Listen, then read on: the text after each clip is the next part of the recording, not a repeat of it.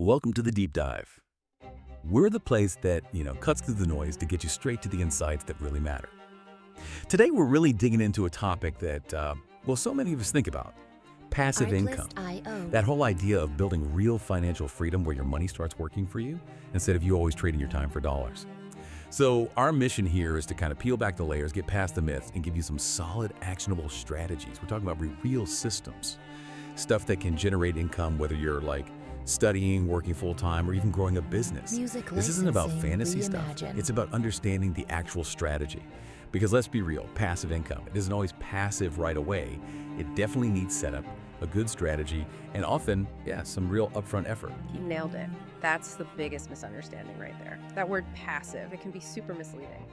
Yeah, the goal is definitely to build systems that make cash flow without you constantly working on them.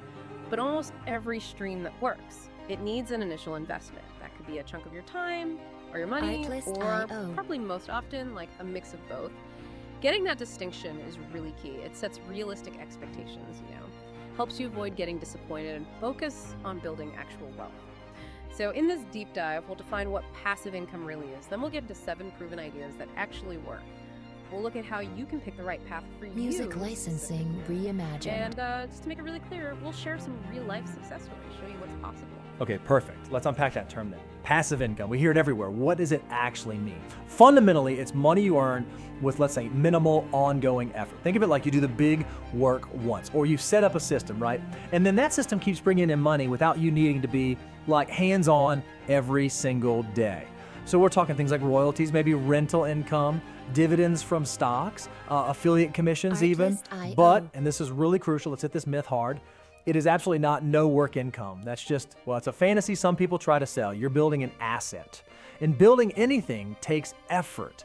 Exactly, that distinction, it's fundamental. Every successful passive income stream needs that initial push. Sometimes it's substantial. Music Time, money, reimagined. usually both. You're not getting something for nothing. You're basically building a machine.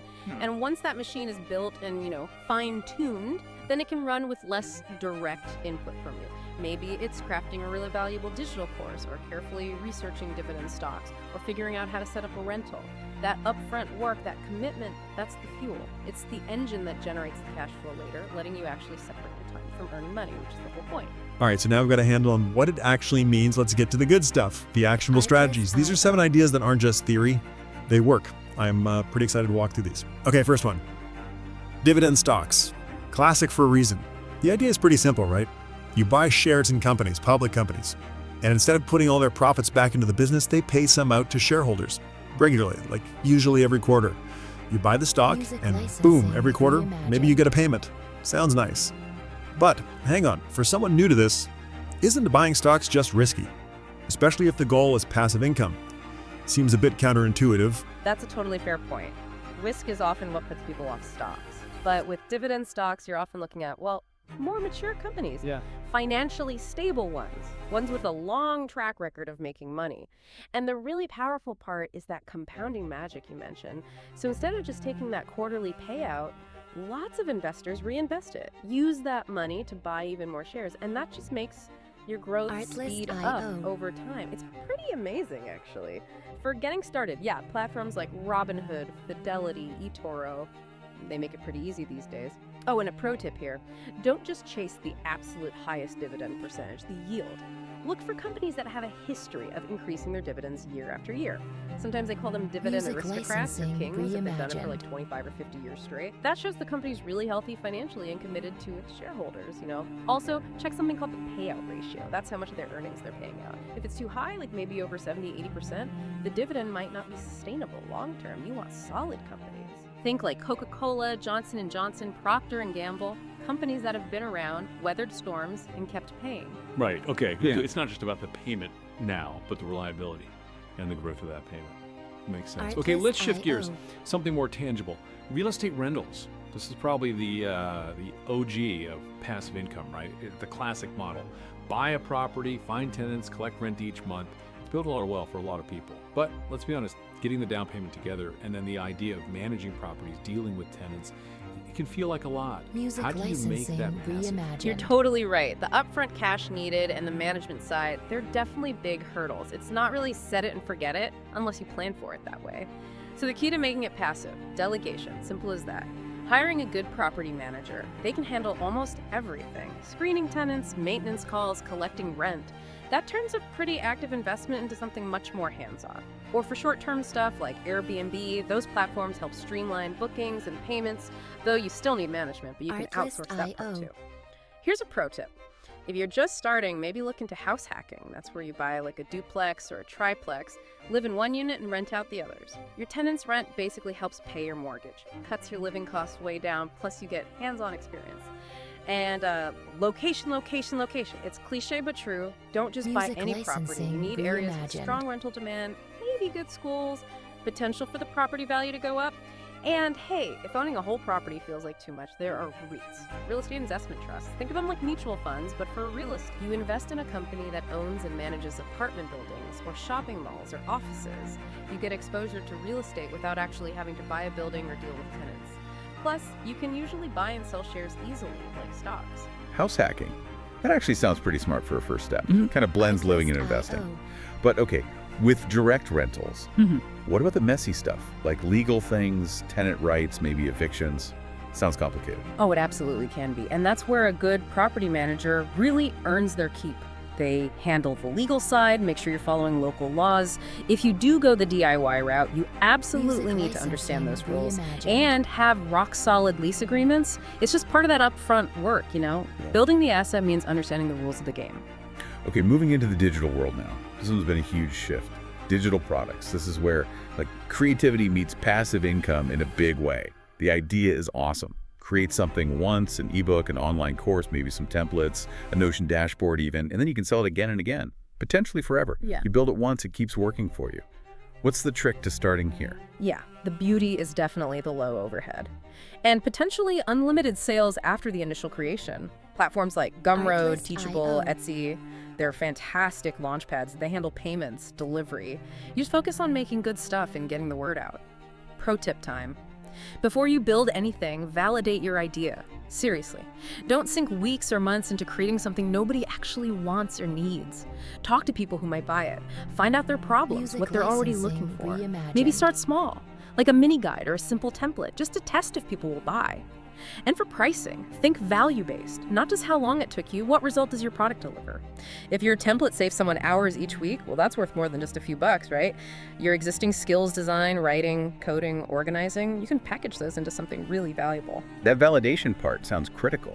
Stops you from just, like, building in the dark. But how do you figure out what problems people actually have? Seems tricky. You don't need to be a mind reader, just a good listener. Hang out where your potential audience hangs out online, forums, Facebook groups, Reddit, whatever. What questions keep popping up? What are people complaining about? That's your idea goldmine right there. Also, look at what's already selling well in your space. Can you do it better?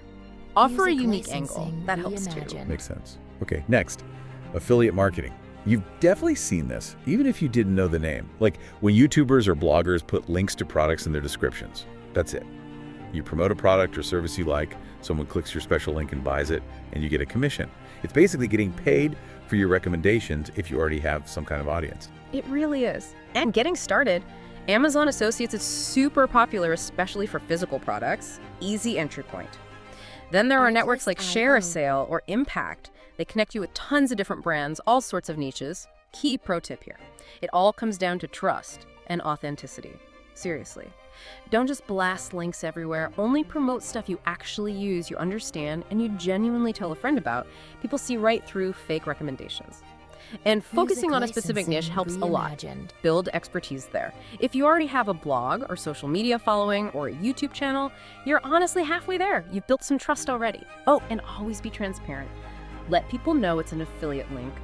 Builds credibility. Right, so it's definitely not just about dropping links randomly. It's about that relationship first. Exactly. Without trust, your recommendations don't mean much. And you won't make many sales. It's a long game built on providing real value.